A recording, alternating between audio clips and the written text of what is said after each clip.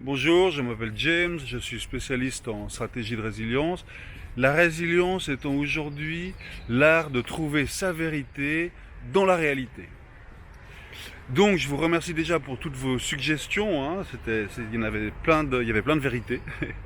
Et il y en a une que j'ai particulièrement adorée, c'est une métaphore, une histoire de Valentine. Donc il était une fois, il y a bien moins longtemps qu'on pourrait le croire et bien plus près qu'on voudrait le penser, hein, vous connaissez la chanson, un groupe de chasseurs de trésors qui essaie de trouver le temple caché de la déesse Sumbola, dans lequel la légende racontait que se trouvait un prisme qui permettait de voir l'ultime vérité. Ça commence bien. Alors, selon un vieux parchemin, le temple se trouverait en haut d'une montagne qui était gardée par des centaines d'aigles et qui ne laisserait passer d'ailleurs que ceux qui auraient le cœur pur. Alors plusieurs de ces explorateurs croyaient chacun avoir identifié la bonne montagne et ils se disputèrent jusqu'à l'aube pour justement décider quelle était la bonne montagne. Et puis finalement, n'ayant pas pu se mettre d'accord, au petit matin, ils partirent chacun de leur côté. Et alors pendant son ascension solitaire vers les sommets de la vérité oubliée, le plus jeune d'entre eux, un jeune garçon du nom de Nicolas, commençait à avoir des doutes.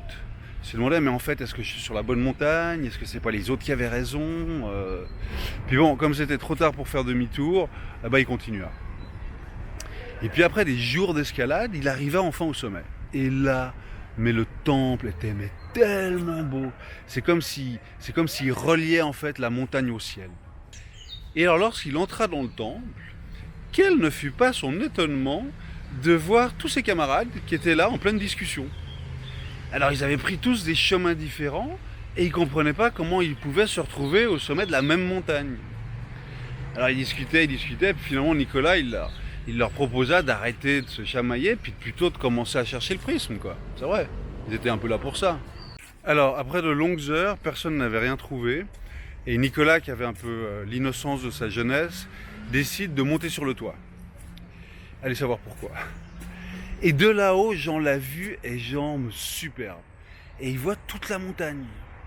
Et en fait, il se rend compte aussi qu'il peut voir tous les chemins qui mènent jusqu'au temple. Et là, bingo, révélation. Il se rend compte qu'il y a une seule réalité et une infinité de chemins pour la regarder. Voilà, moi j'ai trouvé cette histoire super. Ça me fait penser que souvent on est tous sur une face de la montagne, on croit qu'on est sur la bonne montagne et qu'on est les seuls à être sur la bonne montagne forcément puisqu'on ne voit pas les autres. Alors qu'en fait on est tous sur la même montagne, qu'on a tous pris notre chemin, qu'on a tous notre manière de voir la réalité, qu'on a tous notre vérité, mais que voilà, qu'on finira tous au même sommet. Voilà, sur ces belles paroles je vous souhaite une belle soirée et je vous dis à tout bientôt. Au revoir.